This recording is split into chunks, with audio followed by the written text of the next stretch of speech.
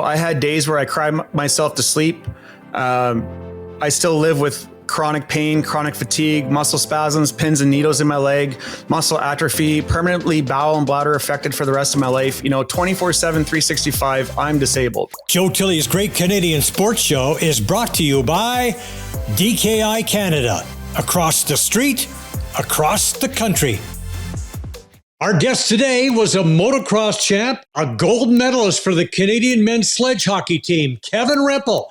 Now he's an advocate for mental wellness and helping disabled youth. Joe Tilley's Great Canadian Sports Show. Coming up!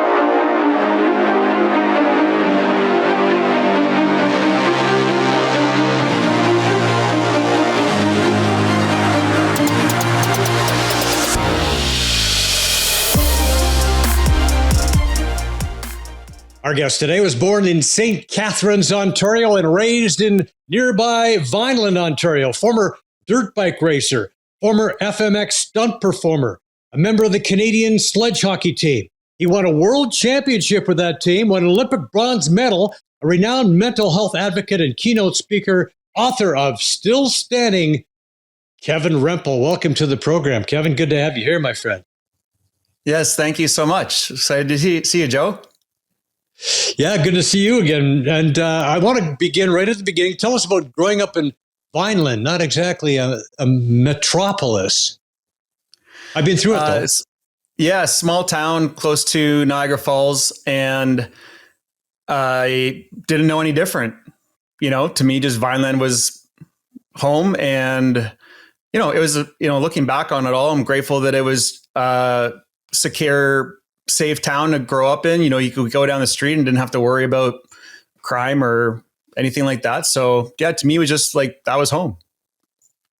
Sounds like a pretty good place to grow up. And I want to ask you about, your passion was for motocross, and how did you develop that passion, and where did it come from? Well, as a kid, I'm thankful. My parents tried to get me they did get me involved in all the stick and ball sports. So I gave a shot at, soccer, hockey, baseball. Hockey is what I ended up pursuing, but I wasn't very good at it. I ended up a couple of years after I was playing hockey, then had the neighbor kids down the street get dirt bikes for Christmas. And when they were riding in the back field, all of a sudden I just heard the sound, and I saw the speed, and I was just hooked on what's that all about? So I literally ran out to the field, and I just stopped them in the field, and I just said, "Hey, like, where'd you get a dirt bike from? And what's this all about?" And then all of a sudden it's like, I found that was what I was drawn to more than anything else. Was it spending all your days pretty much, all your spare time on the bike? Well, it took me 2 years begging my dad to buy a dirt bike. So I was still playing hockey for a period of time. And once I got a bike, for sure, I mean, I was on it, in the field, in the garage, in the shed, trying to work on it as much as I possibly could. Well, you became quite an accomplished motocross athlete. What are some of your career highlights? In motocross, for a couple of years, I eventually got into racing. Like, I started hockey was as a kid from about the age of like 7 to 12. I got my first dirt bike at the age of 12, and 16, 17 years old, I was racing. I did about 5 or 6 races, got a few beginner class trophies. And then it was shortly after that, I started to want to pursue freestyle motocross, learning stunts. So a couple trophies in the beginner class for first, second, thirds. But it was, like I said, both my hockey career and my motocross racing career weren't going too far. But then you tried some bold stuff. And some very bold stuff. And as a result of that, you ended up having your accident. Tell us about what happened. Yeah, I wanted to put on shows doing stunts. Like, this is, late 90s, early 2000s, when the X Games were just becoming known. Freestyle motocross, the sport, was introduced into the X Games in, I forget if it was 98 or 99. So a lot of people didn't know about it, but it was becoming popular at things like a local fair or community outdoor festival. And here in Ontario, in Canada, I wanted to put on shows. Like, well, I wanted to get hired, but nobody would hire me. So at the age of 23, I started my own business to put on shows. Achieved my first show dream, jumping on Canada Day in 2006. And 2 weeks later at my second show, I showed up. I wasn't mentally focused because of a number of different things that were going on that day. And I was too worried about speaking up and what people would think. So then on my first jump of the day, I unfortunately ended up crashing while jumping my dirt bike, not even trying a trick. It was just trying to get through, just trying to clear the gap. And this is it here. And I ended up in the accident, ditching the bike midair and broke my back, pelvis, ribs, and I was instantly paralyzed. You said that you were stuff was going through that you didn't want to speak up at the time. Are you willing to talk about it now? Like what was going on for you at that particular time? Yeah, of course. Yeah. Like my full-time job in life career, how I earn my living today is I'm a keynote speaker. So I share my story for a living. I get hired primarily for corporate events these days, as some folks may have a half day, full single day, 2-3 day conference, and they're looking for an opening or a closing speaker. So to touch on my mindset that day, that would kind of fall into the realm of primarily my workplace safety keynote. And as an example, like when I showed up that day, not even when I showed up, but when I woke up that day, from the minute I woke up, I knew I didn't want to ride my bike. And I was too scared to speak up because the culture of our sport, especially back then, was don't look like a wuss, don't say anything, man up, go for it, like just get it done kind of deal. That's the same challenge that many people, especially frontline workers, have to face in terms of workplace culture. A young worker coming in may want to prove themselves. That's how I wanted to be that day. I felt like I had something to prove by going to that jump show. When I got there and I looked at all the other riders, I saw the crowd that was forming. I felt like I didn't want to look weak in front of them. And so from a workplace safety perspective, you can think about how many folks are new in the role. They're inexperienced. They're probably more high risk for getting injured because they don't know what they're doing yet. And they're afraid to speak their voice about them being uncomfortable or asking for guidance or support because they have their superior watching them and they don't want to look like a wuss. So it was those thoughts that were going through my mind that I allowed to happen, that talked me into performing, even though I didn't feel comfortable inside myself. And I can go into like more details and examples about why and all the nuances, but that's a big reason of why I crashed. I didn't understand how my ego was taking over. And that is the ego speaking when it's telling you that you're not good enough, that, don't say anything. You better shut up and be quiet. So I love, not what happened necessarily, but taking what happened to teach other people how, we all have these different types of situations where if we don't understand how our ego may be getting in our way, that can lead to us making the wrong choice or putting us or someone else in an unsafe situation. And that's ultimately what led to me crashing that day. Yeah, I have some friends. One of them has a quote that he recites often. It's, "My ego is not my amigo." And that's a good one. Right? I actually like that. I'm going to write that one down.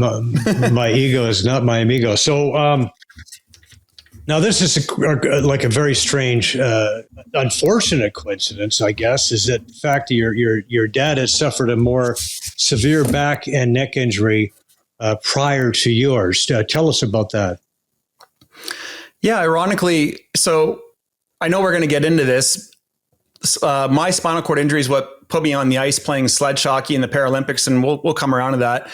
But what put me on stage as a speaker is that the irony about my story is not only was I paralyzed at the age of 23 in a motocross accident, but my dad was also paralyzed 4 years before I was in a hunting accident. So we were in Grimsby, which is the couple towns next door to Vineland where I grew up, and Dad's up in the tree, I had passed him some material and the branch he was standing on broke. And my dad fell about roughly 2 stories to the ground, cleared the side of the tree off, and fractured his vertebrae and ended up severing his spinal cord. Whereas I'm an incomplete, I just fractured and dislocated my vertebrae and damaged my spinal cord. So that gave me the chance to get better. But my dad had no chance to get better, 8 months from retirement. And he really struggled with his accident. He couldn't accept what happened. He couldn't, he did try hard. I mean, my dad deserves credit. He gave everything that he felt like he had to try to figure life out with a disability, starting at the age of 50. And I know that being injured in your 50s is totally different than being injured in your 20s. But unfortunately, Dad also couldn't deal with it. And 5 years later, he ended up taking his life. And it sent me into a dark place. Thankfully, sledge hockey got me out of it. But from all of this stuff happening in 5 years, that's what brought me to the stage, also sharing my story to help other people see how I got through it and help other people get through their challenges. Well, you talk about being in a dark place, and some of us have been in dark places before. It's the challenge of losing your father like that. It would be really, really challenging. And so, how do you? What did you do to help to precipitate some recovery from this and get yourself out of this? What was kind of the most important thing for you in your I guess rehab process in terms of mental wellness and of course recovery as well, physical recovery? Yeah, I didn't know what I was doing at the time. Today, I would describe it as cognitive behavioral therapy, focusing on your thoughts, your feelings, and your behaviors. But to simplify it for folks, today I love helping, through my keynotes, workshops, and also some coaching, teach people these strategies. But, number one, nutrition, sleep, and exercise, like self-care, are critical to focus on the small things and make the big difference. So that was the foundation for my health. But then from a mindset perspective, I consider calling it cultivate confidence. The first area would be to locate a hero, locate somebody that's been through the path or walked the path or gone down the path that you are currently on. So for me, that was finding other people with spinal cord injuries who've rebuilt their life to look up to. But if you're going down a mental health journey, or you're going through bankruptcy, or you're going through divorce, somebody else has already gone down that path and rebuilt their life. Can you find someone who's got the outcome that you're searching for? That's key, to have someone to inspire you. Second is that I would feed my mind through books, podcasts. Today, the technology that we have now, this is almost 20 years after my injury. I was injured in 2006. So it was literally the only option was a book for the most part. Podcasts weren't a thing then. But think about how can you feed your mind? The third key in terms of your mindset, the life game-changing tool that I learned is journaling. Just putting your thoughts down on paper, writing your goals down on paper, putting pen to paper is transformative in ways that you would not experience if you were just typing everything out. So my journals are tremendous pride and joy for me in terms of a tool that I've used to recover. And then beyond that, it's just simple things, a vision board, quote boards. I'm talking, go to Google Images, save it on a memory stick, go to Walmart, print a 4x6 photo, and then go to the dollar store and buy a glue stick and a piece of Bristol board, and then paste the images and put it at the end of your bed or in your bathroom where you're passing by it multiple times a day to feed your mind. And these are literally the exact things that I did when I was paralyzed, couldn't feel or move my legs, but I got to find a way to stay motivated, keep focused on the vision, and believe even when it seems impossible.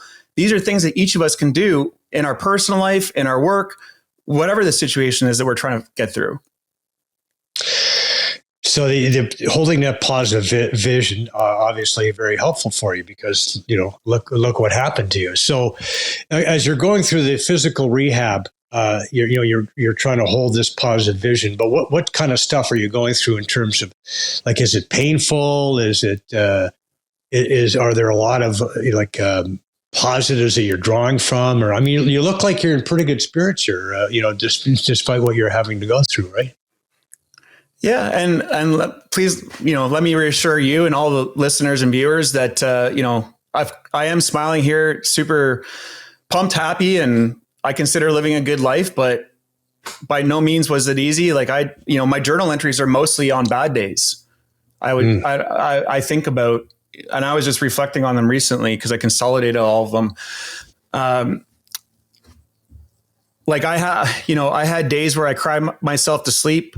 I still live with chronic pain, chronic fatigue, muscle spasms, pins and needles in my leg, muscle atrophy, permanently bowel and bladder affected for the rest of my life. 24/7, 365, I'm disabled. Like I just have an invisible disability. I walk everywhere, but everything I do, from making my bed to doing laundry to grocery shopping to, cooking food, those are exhausting tasks for me that I would rather not be doing. And I'm not going to get into, of course I can outsource it and order online, and I do that when I can. But, so one thing for perspective is that, despite my enthusiasm, energy, and my ability to walk, by no means did that say that my life is easy or I've got it all figured out. I'm still figuring out how your life with a disability changes as you age and your capacity changes and your energy level changes. But further to answer your question in terms of the positives, what are the little things we can do, focusing on gratitude, focusing on the small wins. The other side of my journaling, that's what it's all about. It's little stuff. Like when I was paralyzed, but I could still push my own wheelchair manually with my hands, and I'm outside reading a book, my journal entries in those moments I'm reflecting upon, I'm so grateful that I still have the dexterity in my hand that I can turn the page with my finger. I'm so grateful that I have the ability to manually push my own wheelchair, because there are folks that are using a joystick because they have almost no dexterity, or they're using a tube connected to their mouth to breathe into and move their wheelchair because they can only tilt their head left and right and up and down. So the little things day to day, and I'm not exaggerating when I say I frequently, at this age of my life, I'm 43 now, will still think about when I'm eating food. It's like, I'm so fortunate, or even like with a pen and journaling, it's like, I'm so fortunate that with my hand, I can hold a fork in my hand, put the food in my mouth and not miss. like if you're in a spinal cord injury facility, you're seeing people that are trying to feed themselves because they have a leather strap around their wrist holding a fork in between their fingers. So gratitude is so powerful that whether you don't need to be paralyzed to be focusing on gratitude. The small wins of someone offers to give you a hand to carry something, paralyzed or not. That's gratitude. I can go on, but I think you get the idea. It's just but I think people over complicate it.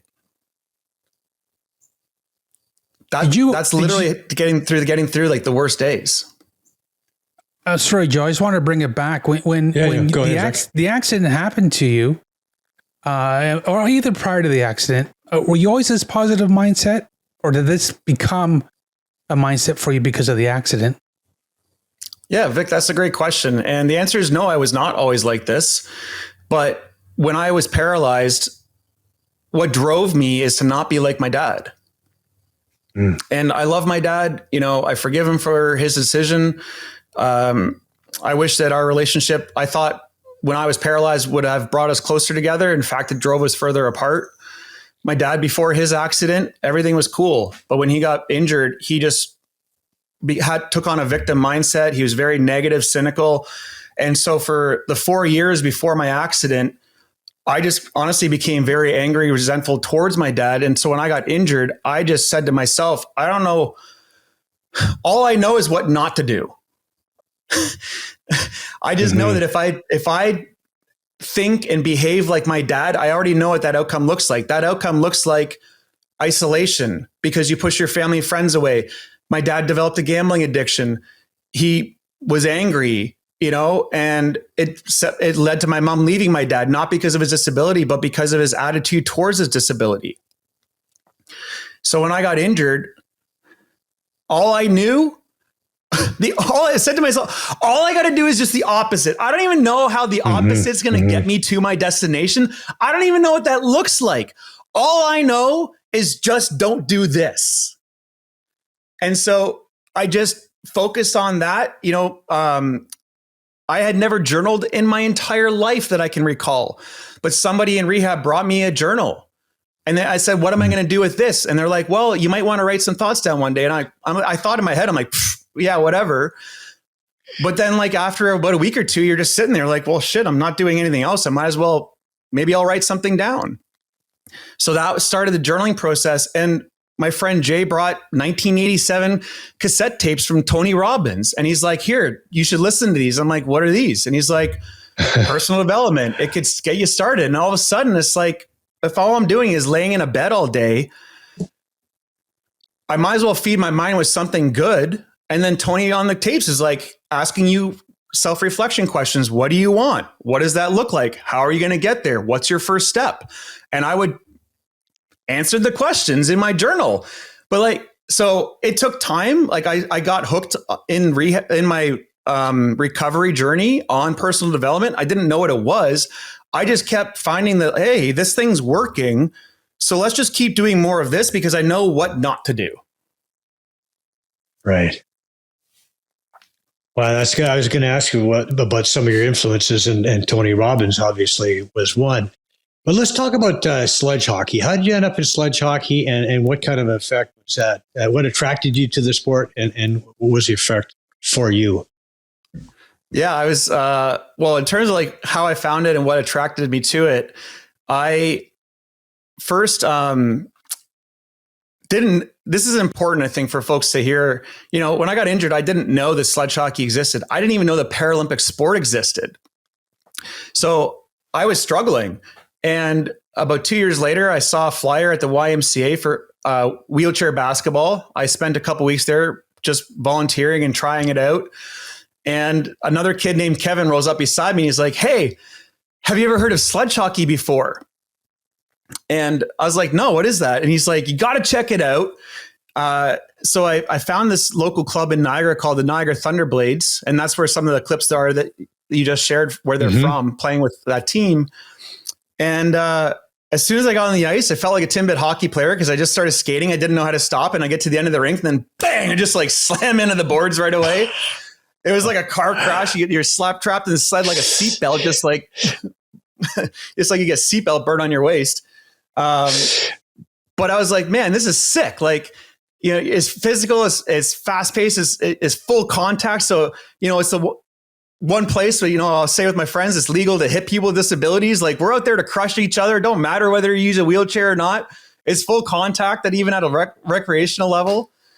And I got hooked because I was like, I could still dirt bike a little bit, but sledge hockey. And then when I learned about Team Canada and the Paralympics existing, I'm like, hey, my motocross dreams may be no longer possible the way I thought they would turn out. But what if I could reach to like the highest level in sledge hockey? And that became the new goal. Well, and you did, right? So tell us about, going from the Thunderblades to the Canadian Olympic team. Yeah, the Thunderblades, I'm so grateful. They were where I started. And I had the Mississauga Cruisers team help me out tremendously over the years with ice time, but worked my way from like a regional team to provincial with Team Ontario in year 2. Then joined Team Canada after the Vancouver Olympics when the September 2010 season, I guess you might say, would actually have started. It was right after the Vancouver Olympics. And did a 4-year cycle. We did win gold in 2013 at the World Championships, and ended up playing in Sochi, Russia 2014, and we got a bronze medal for Canada there as well. Beautiful. So I want to talk about that gold medal at the World Championships because that's pretty fun. I mean, standing on top of the podium, and so you guys went undefeated in the round robin group stage, 5-0 win. There's a goal, by the way, by Kevin Rempel. A 5-0 win over the Czech Republic in the semifinals, and then a 1-0 win over the rival Americans to capture that gold medal. What were your thoughts about the entire experience? Making it to the top of the podium and winning it all and scoring. Yeah. Well, thanks for the clips you got here. These are pretty cool. Some of these I haven't even like seen in some, like a number of years.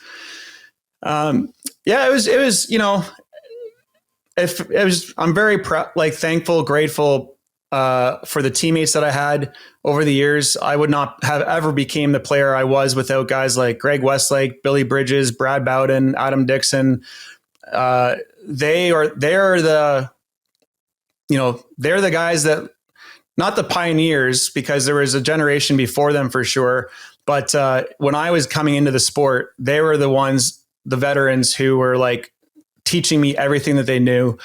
So I'm so thankful for each of them.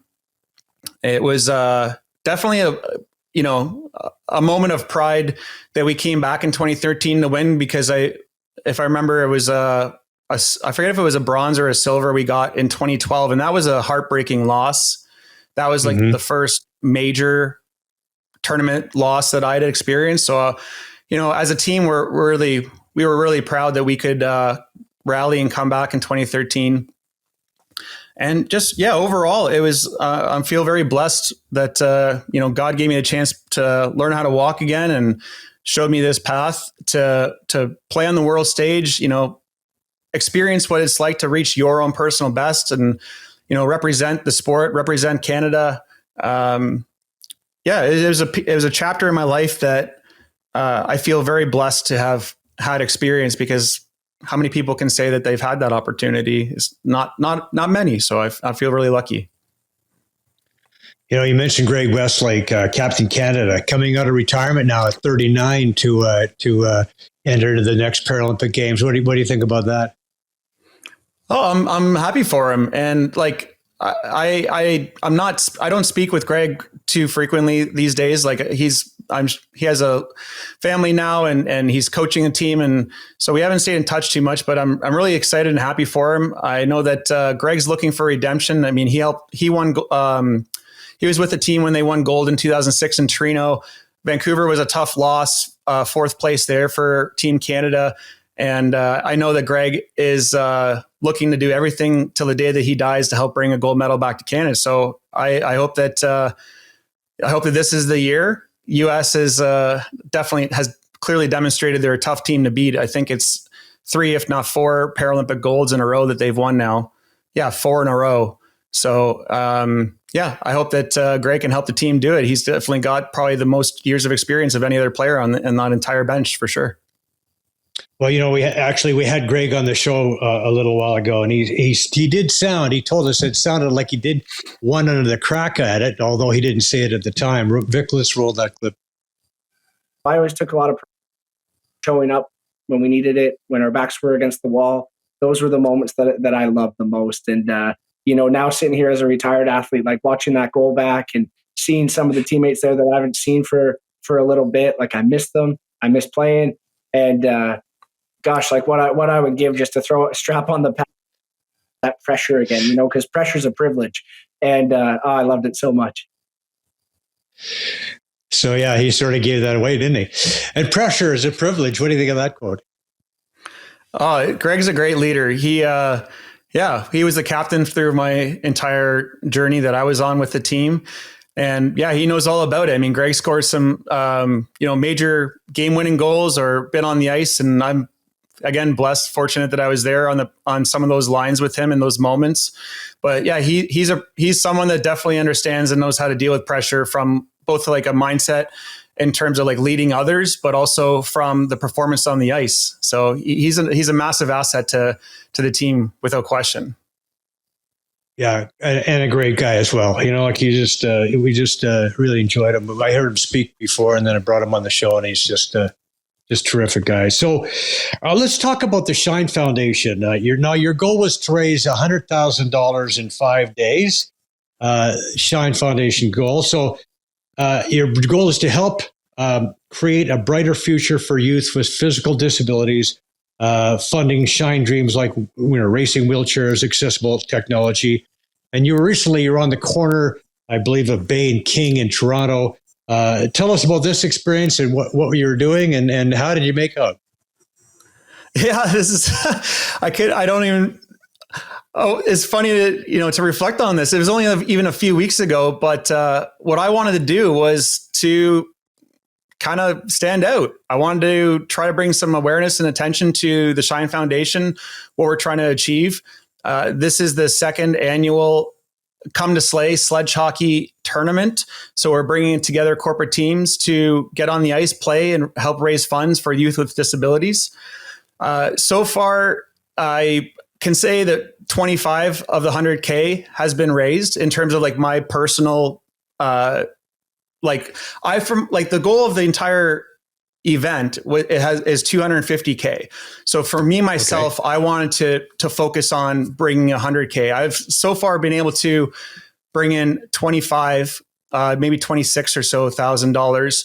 And we have a couple weeks left. It was definitely an interesting experience for me because I've certainly passed folks on the street seeking it, like trying to, grab your attention. Being on the other side of that is interesting.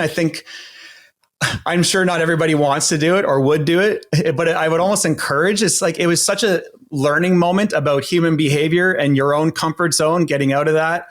But I really enjoyed it. And I think if anything, of course, raising the money is important, but it really received a lot of attention. And I'm grateful for all of the encouragement of people that, even like yourself, who reached out as a result of that initiative, just brought more awareness to what we're trying to do. It inspired, I know it created a ripple effect because there's a number of folks that, it just prompted another conversation. It prompted them to reach out. It prompted someone to spontaneously, because I did that on the corner. I had I just caught up with somebody for a coffee a week ago.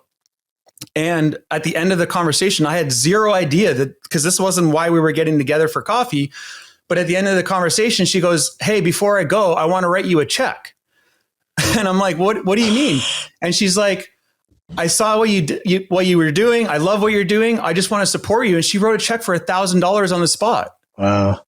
And I was like, I was emotional. I was just so taken aback because I had no idea. We have no idea what kind of a ripple effect we can create when we are willing to put ourselves out there, and especially doing things for other people, not just, trying to seek support for ourselves. And so, that to me is like, I think that story alone is worth me going out there, because I know that I'll be able to share that story for years to come about the power of being vulnerable, supporting Shine, and the ripple effect conversation. To me, of course, I want to raise the 100,000 still. And if we don't get there, I know that this is going to still be a part of us for years to come, to try and grow the sport, grow the game, and grow support for youth with disabilities. Well, the ripple effect or the Rempel effect. So that's good. I never thought of that, but that's a good one.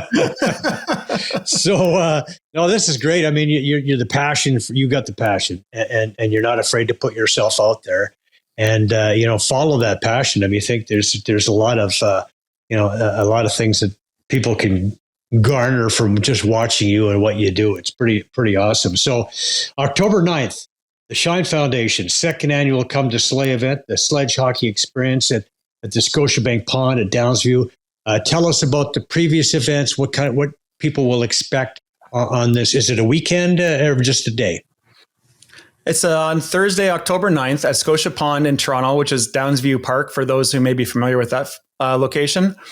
And this is sick. Like, the footage that you have here is when I, for years prior, was running my own corporate 20-person team building event called the Sledge Hockey Experience. And these are clips of exactly what people will have to look forward to with us and the Shine Foundation. And so we're going to provide all the sled sticks and the hockey gear. You just got to show up in running shoes, jeans, and a hoodie. We are going to have guaranteed 3 games per team of 5 people. We're playing cross ice, not the whole length of the ice. So don't worry. Everyone's going to suck. Everyone's going to be exhausted, but everyone's going to have the best time in their life. It doesn't matter whether you're good or not. In my 600 person experience, bringing folks on the ice, we've had a 52% to 48% male to female ratio come play. Wow. Almost everybody, most people don't have yeah, like most people don't have hockey as played experience. And for those who may be available to come play or interested in participating or sponsors, teams of 5 are tasked to raise $10,000 to compete on the ice. And we're still looking for sponsorships. So if anyone's willing to help me and help us rather reach that 100K goal to support youth, we have sponsorship opportunities from 5 to 25K. I'm tossing in a keynote and more for the top sponsors. So if you're already looking to, for example, have a learning and development activity, leadership development, or you have a conference coming up and you're looking for a speaker, this is a great way to pair it together so you can also split budgets. But yeah, I mean, it's a blast no matter what. If you don't get on this time, we're going to be doing it again next year. And you can also reach out and have a conversation about how I can help you with a private event. And going forward, my private 20-person events will also have a charitable component going towards the Shine Foundation, even in those as well.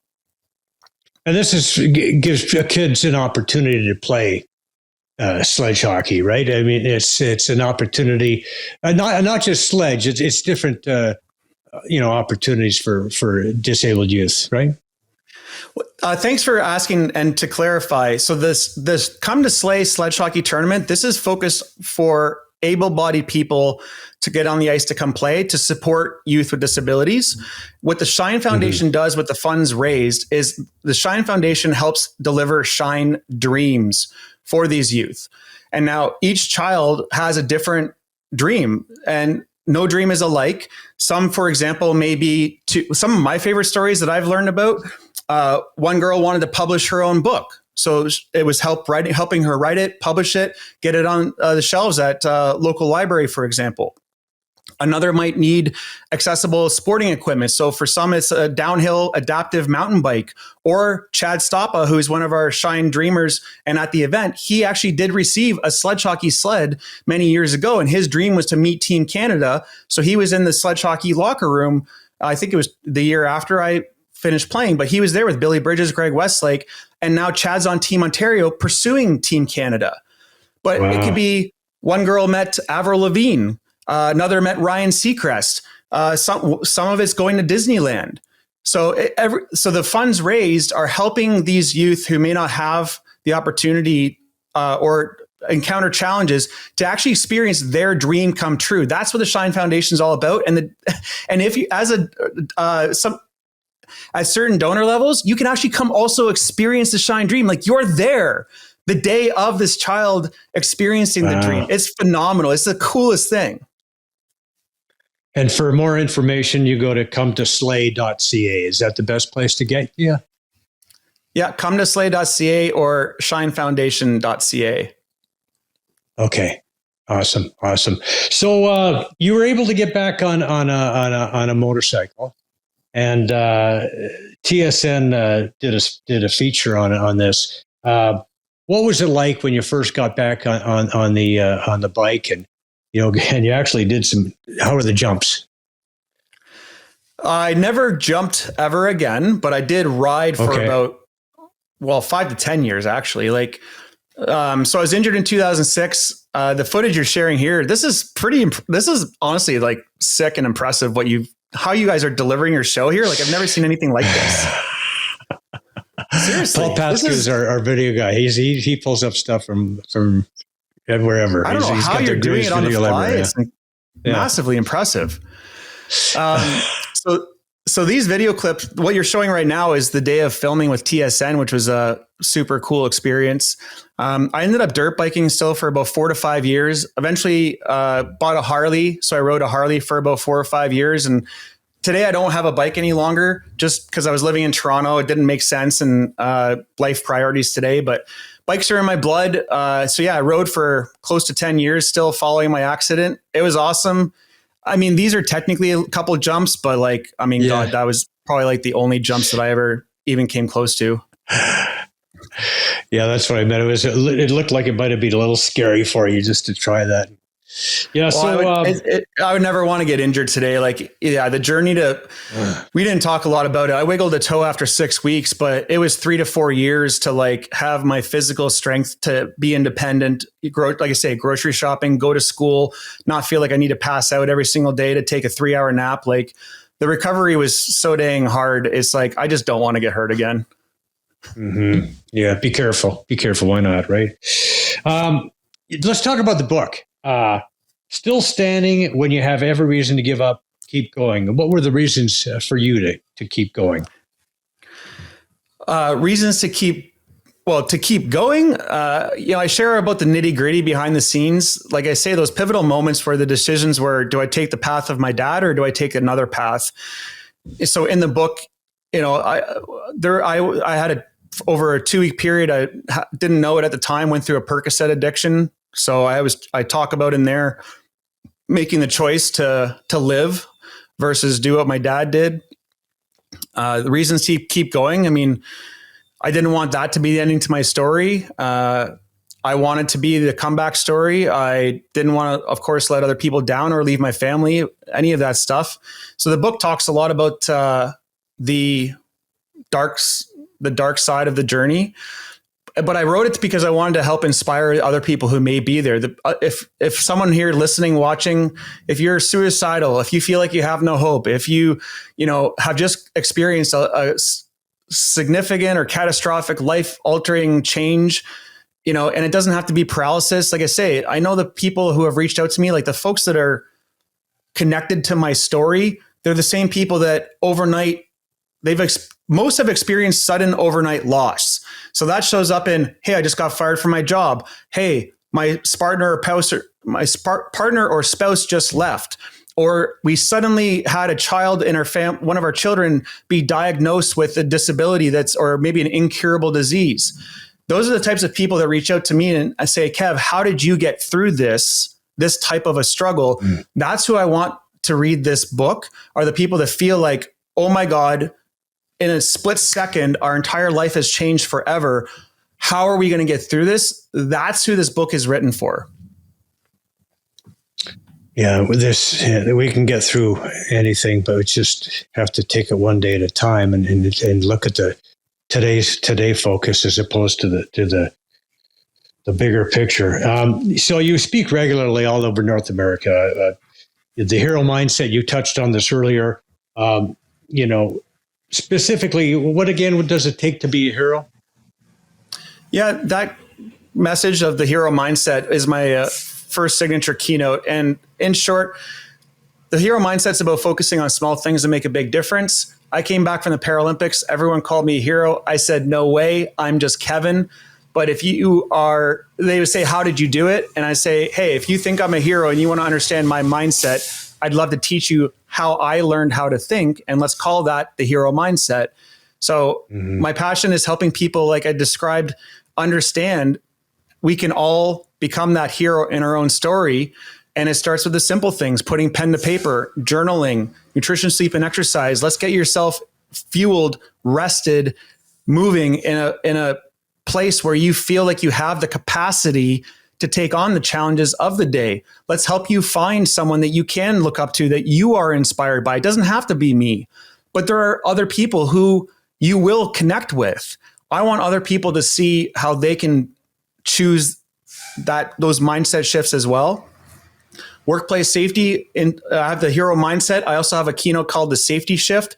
So that's where I dive into those moments where the ego is taking over, how we can understand the ego, make better decisions to be safe so we avoid those types of situations, or make the right decision in those situations, like when I crashed or when you may have an accident.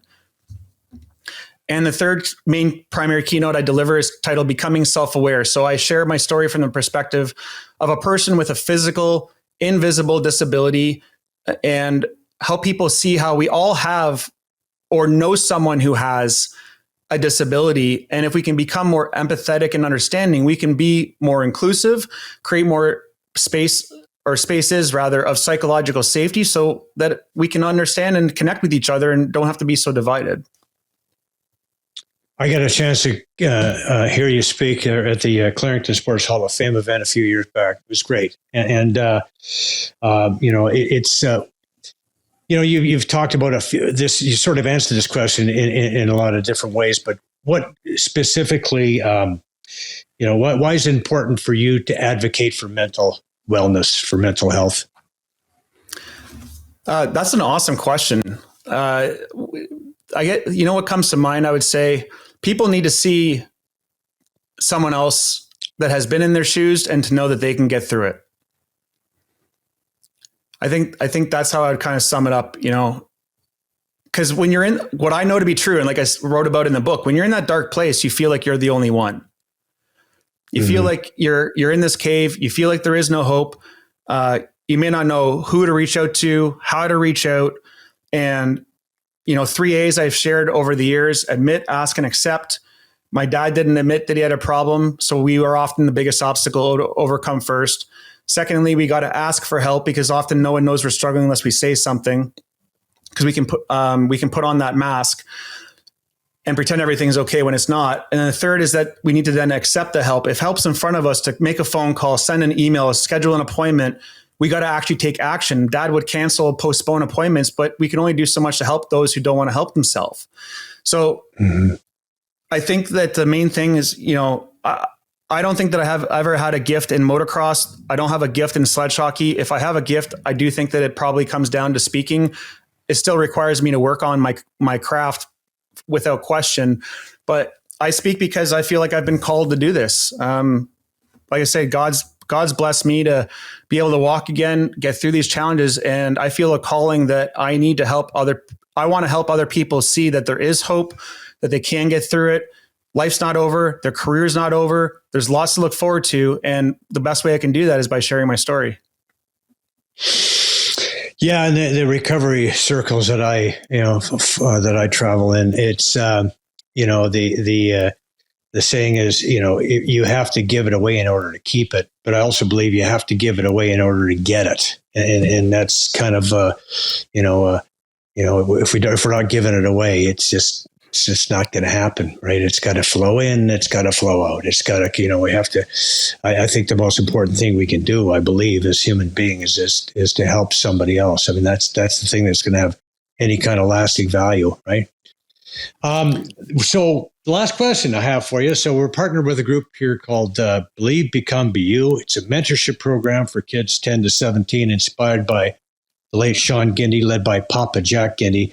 What's the message that you would have for any kids who might be struggling to find their way in today's world? Oh, that's another awesome question, Joe. It's all going to work out. I remember hearing that so many times when I was younger and asking older people for wisdom as well. And, I today have a strong Christian faith as my strength. I didn't have that for 20 years. But when I think back, everything that we are going through is part of our journey to help set us up for the next chapter, the next opportunity. I think if we are willing to go through the storm, when the pandemic happened, I was asked to deliver primarily just keynotes on mental health and resilience. And it was the year where I delivered the most events in my entire almost 20-year speaking career. And I remember it was just so interesting because I was always being asked to speak about resilience as a topic at the time. And it's like everybody wanted to be resilient without having to have gone through anything difficult. And like resilience is formed in the trenches. The scars you earn your scars, but those are the very things that set you up for success. And at the time, I didn't want to go through the stuff that I was going through, but everything, when I look back, like, the quote from Steve Jobs, you can't connect the dots looking forward, only looking backwards. It's like everything was part of a plan for something greater. So I would encourage folks to, whether you're young or old, but just to be grateful for the hardships to believe they're going to make you stronger, choose to stay in the battle, and believe that not only is that their hope, but you have something amazing in your future. Keep going. Yeah. Another thing I like to remember is that all of our experiences make us uniquely useful to be of service. So we have our own experience that allows us to be uniquely useful. And if we don't have those experiences, what are we going to offer? So yeah, it's beautiful. If you could reach Kevin at kevinrempel.com, Kevin Rempel on Instagram, Facebook, LinkedIn. Kevin's out there. And if you want to experience the Rempel effect, reach out to Kevin. You're awesome, Joe. That's funny. I swear, I promise you, I never even crossed my mind, but thank you. Well, thank you for taking the time to join us. It's been a pleasure. Same here, Joe. Thank you so much. Okay, when we come back, Jerome McGinley talks about setting up Sid Crosby for the golden goal.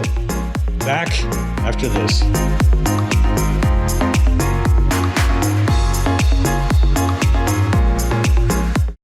In 1992, the best locally owned restoration companies came together with one goal: to make disaster recovery better for Canadians. And to this day, DKI remains one of the only 100% Canadian-owned disaster restoration groups in the market. Fire, flood, or storm damage. When things go wrong, the right help makes all the difference. With the right tools and local expertise, we handle everything from emergency response to full-scale restoration, getting homes and businesses back on track the right way. Because a home is more than four walls, a business is more than a building, and recovery is about more than repairs. When you choose DKI, you're choosing a company that's put Canada first since 1992. Locally owned, nationally backed, Canadian through and through. Addiction Rehab Toronto, Toronto's #1 alcohol and drug treatment center. Saving lives, reuniting families. The only treatment center in the province to offer medical detox, treatment, sober living, and lifetime aftercare all in one place. Our unique and specialized programs are designed to equip our clients with the tools to successfully lead a life of dignity, respect, and purpose. Let us help save your life or your loved one's life. Call today for more information or to facilitate an intervention. 1-855-787-2424 or visit addictionrehabtoronto.ca. Hearing loss doesn't have to mean missing out. At Hear Canada, we help you take charge with a complimentary hearing assessment because confidence starts with clarity. Discover hearing aids, accessories, and expert care at your local hearing center. Not sure where to start? Our Hearing Health Guide has the basics for you or a loved one. It worked for us. Book your free assessment today at hearcanada.com. Conditions may apply.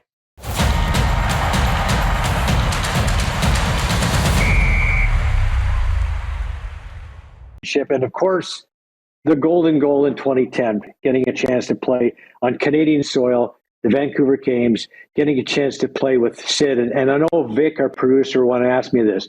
Did you hear Sid calling for the puck? Absolutely. Absolutely. Make sure, guys, young kids, make sure you talk on the ice. Talk. It makes the game easier. If he's not yelling for this, there's no way I even try to throw it to him, but he was yelling with an urgency, like you knew he got by the guy. So I really wanted to try to get it to him. And obviously his quick hands and his quick release, what a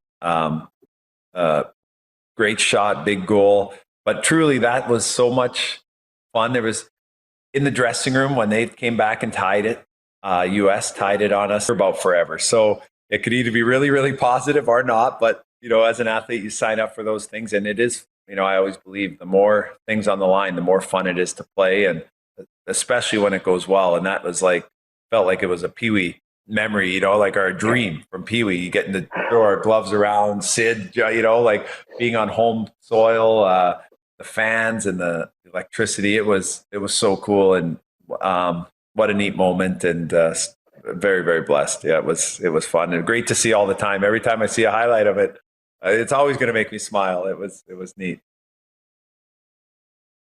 Well, you did it from your knock on the play, and you still managed to get the goal to Sid. And how determined were you guys? Because, like you said, like 24 ticks left, the Americans scored to tie it, and now they've got all the momentum, and now you're going overtime, and such. I mean, the whole freaking world is watching this game. Certainly North America, and certainly Canada.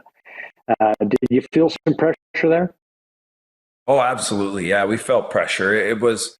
And they beat us in the round robin too, and it was, when you're playing that game and you're up with a goal left with a few minutes, you're up a goal with a few minutes left in a game. You're trying to keep playing, but you're also like you're watching the clock. You're trying not to, but each minute matters. Each minute, and now you're under a minute, and it's a tight game, and we have some of the best defenders in the world. We're that close. So when they score, it stings. It stings. You're that close to a gold medal on home soil. We go into the locker room. It's quiet. There's, for the first 5 minutes in there, there's not a lot of talking. And, it's like, man, we were that close and we let it slip away, or get out of, So, but then I think it was Niedermeyer, and I think he said, Scott Niedermeyer, he was our captain. I think he said someone's going to be a hero tonight, and then we start getting each other going. And then Mike Babcock, he was a good leader, and he came in as a coach and got us refocused. And now we're recharged. Now we focus not on what ifs or what the bad side if we don't win or anything like that. You try to just put all your focus into what do we need to do. Let's be positive. Let's go work. Let's go have some fun. We're in the overtime. Someone's going to be a hero tonight, and fortunately. It did work out that way, and Sid got that big goal. But yeah, lots of nerves. It's funny because when you're in those type of games, when you're on the bench, you're a fan. You're like watching, you're excited, you're like a little bit nervous. And then when you go on the ice, you just go. You just work away and compete and play. And it's easier to be playing in those situations than being on the bench as a fan and being nervous or not getting much in the game. So it was really, really cool and a neat experience about all those sport things you hear about staying positive, about focusing and staying in the moment. It was one of those that, was for the rest of our careers, I'm sure we all got to draw on and learn from firsthand.